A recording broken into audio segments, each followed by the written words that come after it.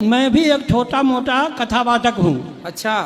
तो आपसे हमारी जिज्ञासा ये है कि राजा परीक्षित अपनी माँ के गर्भ में थे, हाँ तो भगवान अश्वत्थामा के ब्रह्मास्त्र से उसकी रक्षा किए, ठीक है। लेकिन वहीं उनका भांजा अभिमन्यु को भगवान क्यों नहीं बचा सके? परीक्षित की रक्षा तो गर्भ में जाके कर दिए, हाँ, लेकिन अभिमन्यु को नहीं बचा पाए, क्यों?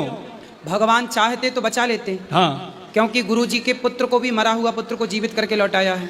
हाँ माता देवकी के 6 पुत्रों को जीवित करके लौटाए। हाँ तो भगवान तो चाहते तो कर लेते, हाँ। पर भगवान ने जान करके नहीं बचाया। अच्छा, क्यों? क्योंकि यदि महाभारत में अभिमन्यु की मृत्यु ना होती तो फिर कौरवों की, पितामह की इत्यादि जितने भी लोग हैं उनकी मृत्यु ना होती। क्योंकि कौरवों की तरफ से अधर्म स्टार्ट वहीं से हुआ। अधर्म से मारा ना अभिमन्यु को कौरवों ने। तो कौरवों ने जब अधर्म से मारा तो वहीं से उनके पाप का घड़ा भरा, और पाप का घड़ा जब तक नहीं भरता तो भगवान अंत कैसे करते? तो किसी ना किसी उन कौरवों के नाश के लिए अभिमन्यु को अपना बलिदान देना पड़ा। क्योंकि कई बार आपने देखा होगा, बड़ी मछली को फंसाने के लिए मछली का ही दाना डाला जाता है। हाँ। कांटे में मछली को ही ना डाला जाता है, तब बड़ी मछली उस छोटी मछली को खाने आती है और फंस जाती है। तो अभिमन्यु वो छोटी मछली बन गए, जिस छोटी मछली के चक्कर में सारे बड़ी बड़ी मछलियां फंस गईं और सबने उस चक्कर में अधर्म किया। अभिमन्यु को मारने के लिए सारी हदें पार कर दी कौरवों ने। भगवान ने कहा अच्छा मार लो, तुम हमारे एक को मारोगे ना, हम तुम्हारा सर्वनाश कर देंगे, तुमने अधर्म किया है ना। यदि अभिमन्यु ना मरते तो फिर ये बताओ, फिर दुर्योधन कैसे मरता? दुर्योधन की जांघों पे बाण प्रहार किया गदा का, तो दुर्योधन की जांघों पे गदा नियम, गदा युद्ध का नियम था कि आप जांघों पे नहीं मार सकते। नहीं। बलराम जी ने इसका विरोध किया था। तो भगवान ने बलराम जी को यही तो समझाया था कि इस दुर्योधन ने निहत्थे अभिमन्यु को मारा, तो जब इसने अधर्म किया तो इसके लिए भी अधर्म होगा। अधर्मी को अधर्म से मारना, हर बार अभिमन्यु का उदाहरण दिया गया। तो भगवान ने खुद चाहा कि अभिमन्यु की इतनी ही आयु थी, और सच बताएं अभिमन्यु इतने के लिए ही आए थे, इस लीला के लिए ही आए थे। इसलिए भगवान ने कहा कि बहन, यदि मैं तुम्हारे बच्चे को बचाता हूँ तो आने वाले युगों की बहनें कहेंगी कि अपने भांजे को बचाया, क्या कन्हैया हम तुम्हारी बहन नहीं हैं, हमें नहीं बचाओगे। इसलिए भगवान इस प्रकृति के नियम को भी तो नहीं बदलना चाहते थे। ये मृत्यु लोक है। फिर एक अभिमन्यु को बचाते तो फिर सारी बहनें बोलती हैं कि हमारे बच्चे को भी बचाओ। तो भगवान फिर प्रकृति के नियम से, जो मृत्यु लोक बना है उस नियम से भगवान कैसे समझौता करते? इसलिए मृत्यु लोक में सबको मरना है, तो इसलिए भगवान ने नहीं बचाया कि देखो भाई, कल आप ना रोना कि जब आपके परिवार में कोई जाए, देखो भगवान बोले कि मेरा भी भांजा गया, इस मृत्यु लोक में आए हैं तो मरना पड़ेगा। इसलिए इस मृत्यु लोक की मृत्यु को सार्थक भी तो बनाना था। भगवान ही अपने बनाए नियम बदलते तो फिर लोग आरोप लगाते ना कि वाह, अपने भांजे के लिए तो आपने तोड़ दिया नियम, तब ये मरा है तो इसके लिए भी आप तोड़ो। इसलिए भगवान ने कहा कि जो कर सकते थे, गुरु जी का बेटा जिंदा करके दिखाया कि देखो मैं मनुष्य नहीं भगवान हूँ। माँ के वचन को काट नहीं सकते थे, इसलिए उनके 6 पुत्रों को जीवित किया, लेकिन जितना कर सकते थे उतना किया। बाकी अभिमन्यु की इतनी ही आयु थी। बहुत बहुत धन्यवाद। दूसरा प्रश्न यह है कि जब अश्वत्थामा द्रौपदी के 5 पुत्रों की हत्या कर दिया जी, और अर्जुन अश्वत्थामा को पकड़ के ले गए द्रौपदी के पास। हाँ, बोले कि ये तुम्हारे 5 पुत्रों का हत्यारा है, इसकी क्या सजा होना चाहिए, तुम अपने मुंह से सुनाओ जी। तो द्रौपदी बोली कि इन्हें छोड़ दो। हाँ, भगवान खुद बोलते हैं, ब्रह्म बंधुर न हंतव्य आतताई बधा रहना। बिल्कुल, ब्राह्मण अवध्य होते हैं। बिल्कुल। तो अश्वत्थामा के लिए अवध्य बोले, द्रोणाचार्य के लिए अवध्य क्यों नहीं बोले?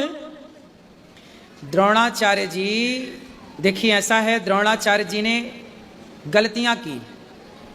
ब्रह्म बंधुर न हंतव्य तताई बधारणा मयैवो भयमामनातम परिपाहि अनुशासनम। हाँ। भगवान कृष्ण कहते हैं कि ब्राह्मण को कभी मारना नहीं चाहिए और आताताई को कभी छोड़ना नहीं चाहिए। हाँ। तो ये जाति से तो ब्राह्मण है अश्वत्थामा, पर कर्मों से आताताई है। अब सवाल आप कर रहे हैं कि जब ब्राह्मणों को मारना नहीं चाहिए तो फिर गुरु द्रोणाचार्य को क्यों मरवाया गया? हाँ। क्योंकि गुरु द्रोणाचार्य जी ने गलतियां की। गलती क्या की कि अपने शिष्य से अंगूठा मांग लिया, एकलव्य से। अच्छा। अब आप हमें पढ़ाओ, आप हमें शिक्षा दो, और पढ़ा करके आप हमसे अंगूठा मांग लो, कि तुम अपनी विद्या का कहीं प्रयोग ना कर सको। तो क्या ये गुरु का धर्म था? बताइए। धर्म तो नहीं था, लेकिन छल से सीख लिया था ना। कोई बात नहीं, भले छल से सीखा, तो विद्या ही तो सीखा था। अपराध क्या किया था उसने? विद्या सीखना क्या अपराध था? नहीं, उनकी प्रतिज्ञा थी, ब्राह्मण के सिवा किसी अन्य को हम नहीं पढ़ाएंगे। क्यों ऐसी प्रतिज्ञा ली? ये प्रतिज्ञा भी गलत थी। क्यों नहीं पढ़ाएंगे? शिक्षा पर सबका अधिकार है, तो क्यों नहीं पढ़ाएंगे? क्या निषाद राज को नहीं पढ़ाया वशिष्ठ जी ने? क्या परशुराम जी ने कर्ण को नहीं पढ़ाया? फिर क्यों आप ऐसी प्रतिज्ञा उल्टी सीधी लेंगे? और जब आप पितामह, जब गुरु द्रोणाचार्य गुरु होकर के आपने एक शिष्य का अंगूठा काटा, अंगूठा कटवाया, तो फिर आपका गला तो कटेगा, क्योंकि आपने जो किया है वो भरपाई तो को ना काहू को सुख दुख कर दाता, निज कृत कर्म भोग सब भ्राता। ये सब कर्मों का दंड है। गुरु द्रोणाचार्य ने जो कर्म किए, भारी सभा में द्रौपदी की जब साड़ी उतर रही थी तो वहां गुरु द्रोणाचार्य भी तो बैठे थे। क्यों नहीं सिर काट दिया दुशासन का? क्यों नहीं तलवार उठाई? आप तो विद्वान भी थे, आप तो योग्य भी थे, आपके बाणों का तो कोई मुकाबला भी नहीं कर सकता था। तो क्यों नहीं, आप गुरु थे तो क्यों नहीं अपनी चेली का तुमने रक्षा किया?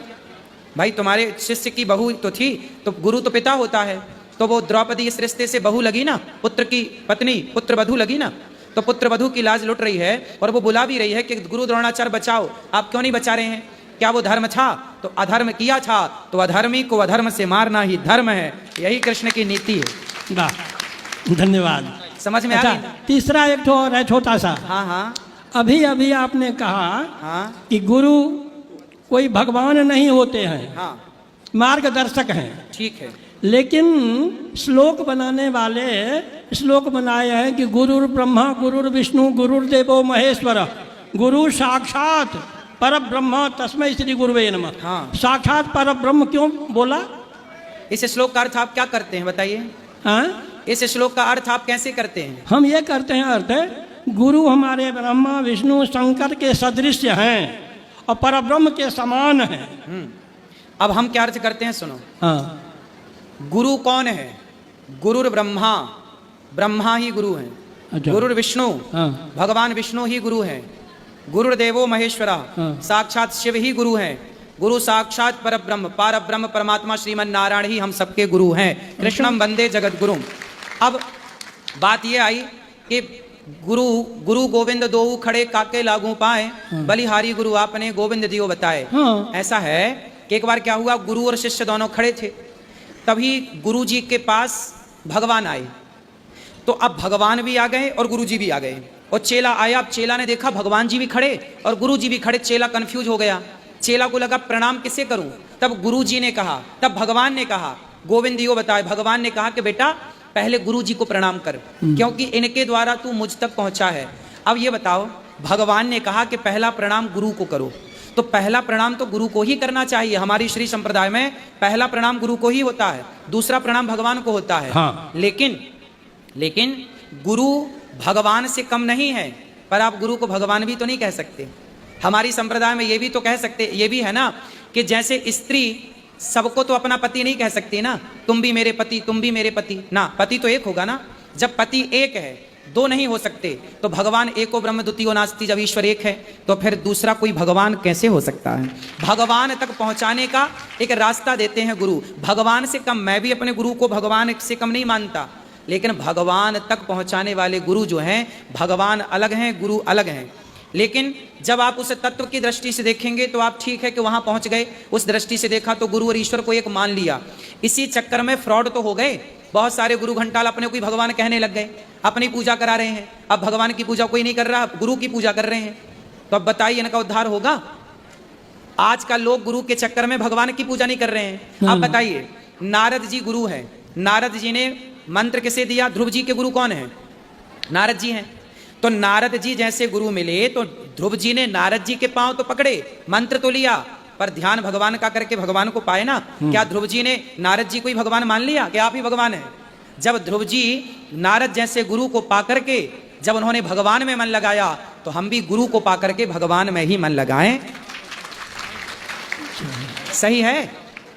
सही हाँ। सही है? हाँ हाँ, सही है। आप संतुष्ट हुए? हाँ ठीक है। पूरे संतुष्ट हुए कि थोड़े?